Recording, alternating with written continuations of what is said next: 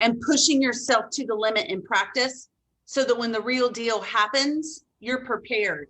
You're mentally prepared and you're spiritually prepared for the mountain that you're going to climb. You know, I think that script practice, role play, whatever it is, whatever business you're in, whether it's real estate, whether it's, it doesn't matter, whatever your business is, whatever you're in, role play and practice is so important. And when we want to look good and be right, we show up to role play wanting to be perfect. And role play is designed for you to mess up. If you're not messing up during role play, then your role play partner is not pushing you hard enough. Your role play partner's goal should be to push you hard enough to make you trip and stumble. Because if you finish a role play, and I'm guilty of this, so trust me, I'm speaking to myself. If you finish a role play and someone tells you how great you did, then that partner didn't push you hard enough to fail. And we have a hard time doing that because we don't want to hurt other people, or we don't want to hurt their feelings or what have you. But when you choose someone to role play with you or work out with you or help or do anything to help hold you accountable, give that person permission to push you to failure. Because until you're pushed to failure, you don't learn. And you're staying within your 40%. I know for me personally, the best thing that ever happened to me was to have a role play partner that pushed me every single time I role played with them to failure. I never looked forward to role playing with this guy because I never achieved or won. But guess what? I won with 70 listings a year, cold calling, right? So the thing about it is that when you push yourself to failure in role play or for working out or whatever it is that you do, you will push yourself past your limits. And that person helps you get past your limits. David Goggins is one of these guys, he can push himself to it. But choose people that will push you past it. So let me hear your ahas in that. Let me hear what your thoughts are that are going through your head right now when I say that, is because the energy shifted. Ooh, it just went, and you can feel it. You can feel that shift. So what just happened?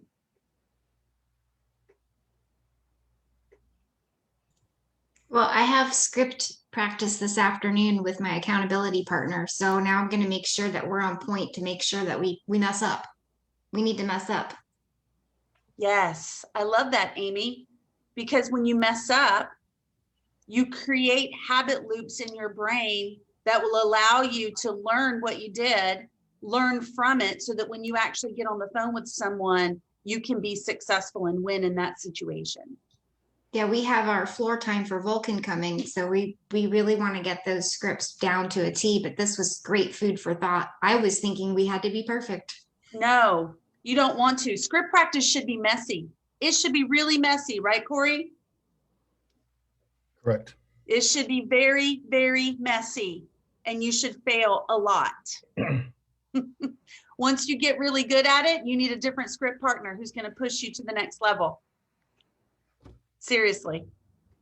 What else? I'd love to hear from some others. What are you thinking? What are you thinking about this 40% rule, that we only push ourselves to the 40% and then we give up? Agree? Don't agree? I think the thing that everyone needs to take into consideration, right? It's not take 40 and turn it into 85 tomorrow.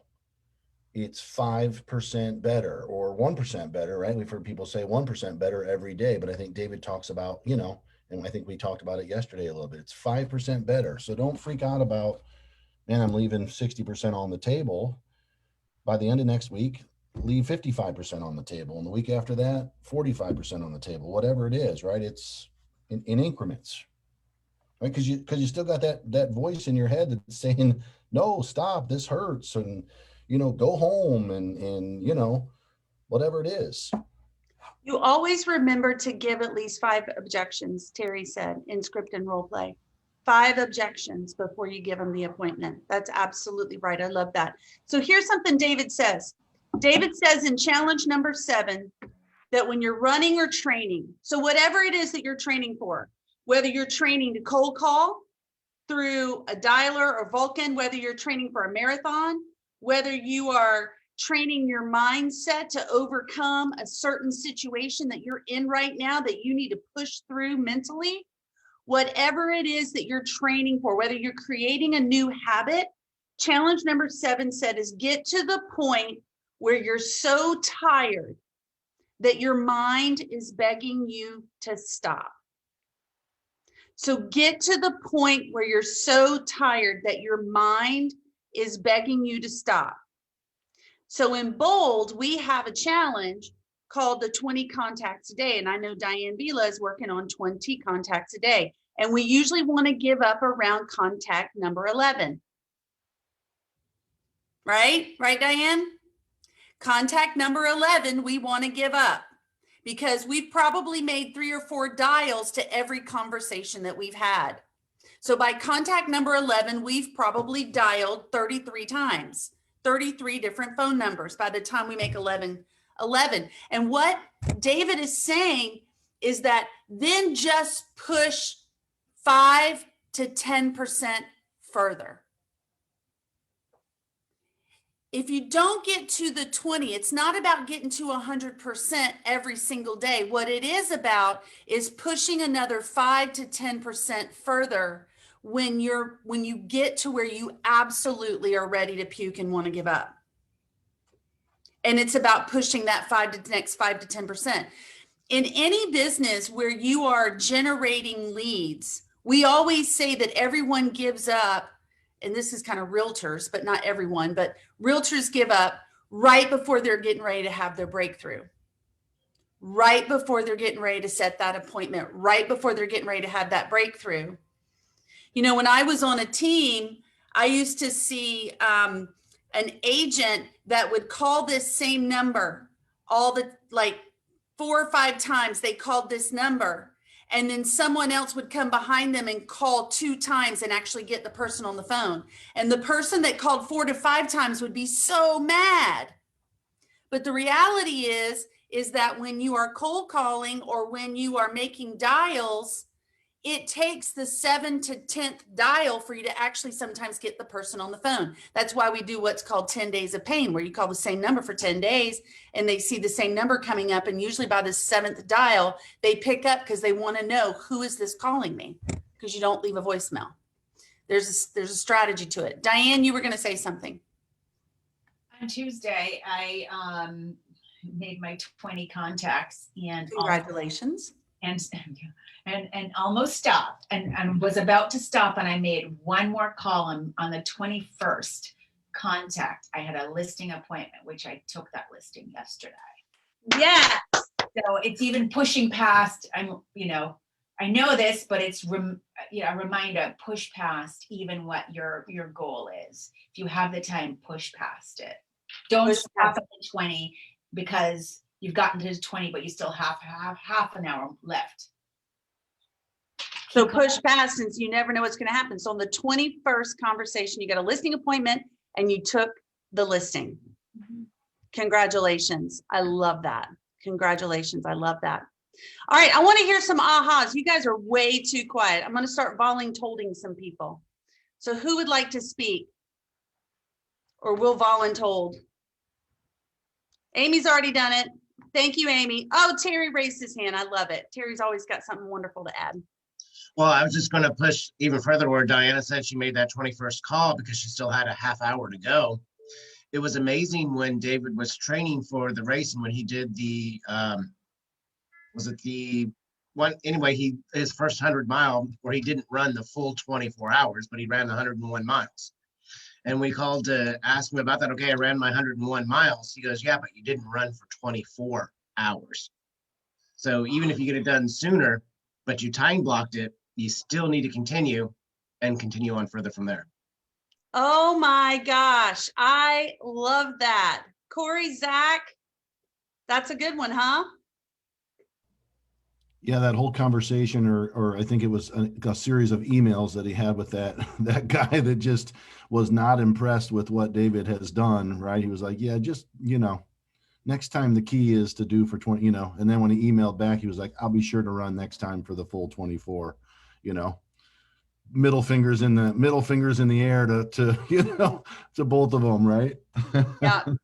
So that was great. So Diane, instead of stopping, like Terry said, she still had 30 minutes left, like David Goggins, she ran the whole 24 and got a listing appointment. Actually, it took me 33 minutes past my block time to get my 20. And I said, well, I'm past it anyway. I can just keep going and then finish off an hour. So I didn't have time left. I was over my block time and I just was in a roll. And I just made that 21st, made that extra call that ended up being a contact. And it was like, okay. All right. So here's the thing I'll tell Diane, guys, as David Goggins says, that you just reset your baseline. Your baseline is 21 contacts. Right? But that's what David says. You've reset your baseline. You know what you're capable of when you push yourself just that little bit harder, then you reset your baseline. All right. So guys, here's, I want to talk about something that he says. I've got some notes over here. And he talks about the Goggins law of nature. So this is Goggins law of nature. And he says, you will be made fun of. You will feel insecure. You may not be the best all the time. You may be the only, and fill in your own identity here, in any given situation. You may be the only. You know how he talks about being the only? Have you guys picked up on that in this audible? That he says, I'm the only. I was the only Black man. I was the only man. He talks about being the only. You might be the only in any given situation. There will be times when you will feel alone. It's lonely at the top. I can tell you in leadership situations, and I know we've all been in leadership situations in different ways, it's lonely at the top. Find other leaders to hang around because it's lonely at the top when you're in charge. Get over it.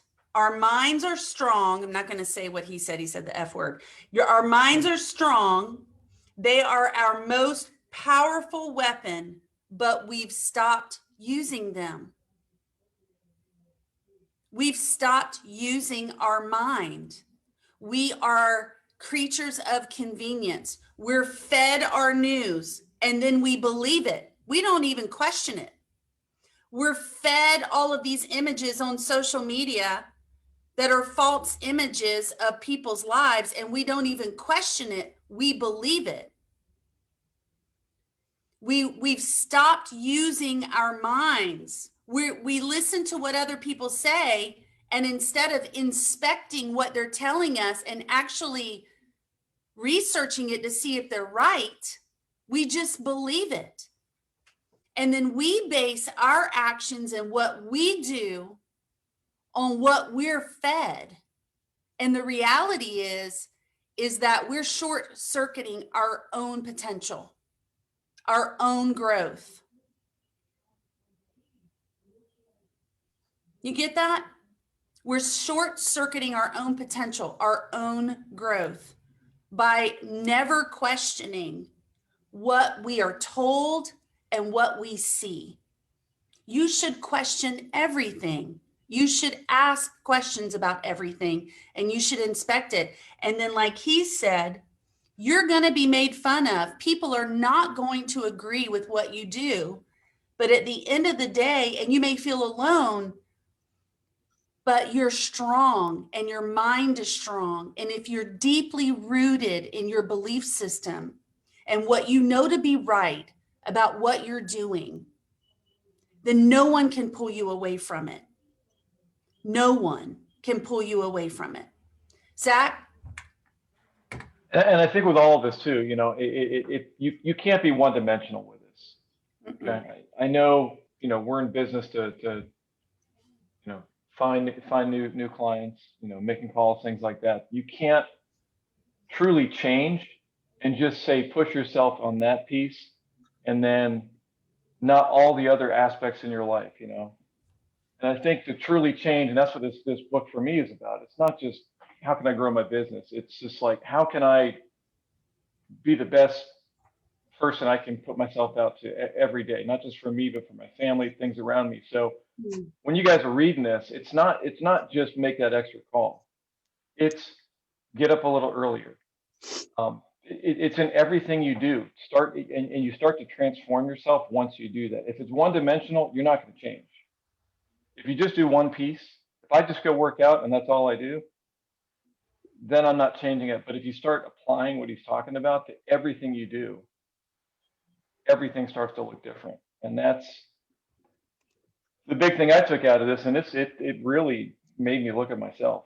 I read this about 2 years ago, and I think Corey goes back and listens to the podcast, but it's am I applying everything that we're learning today like this and everything I'm doing? And a lot of times it's no, but I'm working at it. So I think when you guys are doing it, it's where he talks in the challenge, push yourself an extra 5 or 10% further. Do it for one day. I mean, try like in everything you set out to do, like push it that little bit further in one day and friggin' magic happens. I mean, it's pretty cool. So from getting up early to eating healthy to working a little bit harder to making a little bit more calls to whatever it is, and it just insane stuff starts to happen. So I love that, that's Zach. what I got. I love what you're saying. And the one thing Gary Keller points us to the 6 personal perspectives, right? So it's about taking it just 5 to 10% further in each of these areas. So on page 114 of the one thing, Gary Keller talks about the 6 personal perspectives. These are the 6 kind of areas of your life that allow you to kind of live a fully developed life. And he talks about these 6 areas: spiritual life, physical health, personal life, key relationships, not all relationships, key relationships, job, business, and finances, right? So those, I said finances already. So that was 6 areas, stop at business. But anyway, in looking at all these different areas, and I used to get a little bit overwhelmed. And when I look at this and I'll be like, gosh, that's a lot to focus on all at one time. And yet, if you just take it down and focus on 1 or 2 of those things at a time, and then once you develop mastery in those 1 or 2 areas, moving into the next 1 or 2 things and the next 1 or 2 things, right? That will help you fully develop as a person. Because at the end of the day, yes, it's about us, but it's also, for me anyway, it's more about other people. Because if other people get what they want, I get what I want, which means I have to show up in a certain way so that I can give them and to get back. Does that make sense? So you and your business, you've got to be well-rounded in all of these other areas so that you can show up every day for your teammates, for your customers and your clients, for your families, for your key relationships, to make good decisions.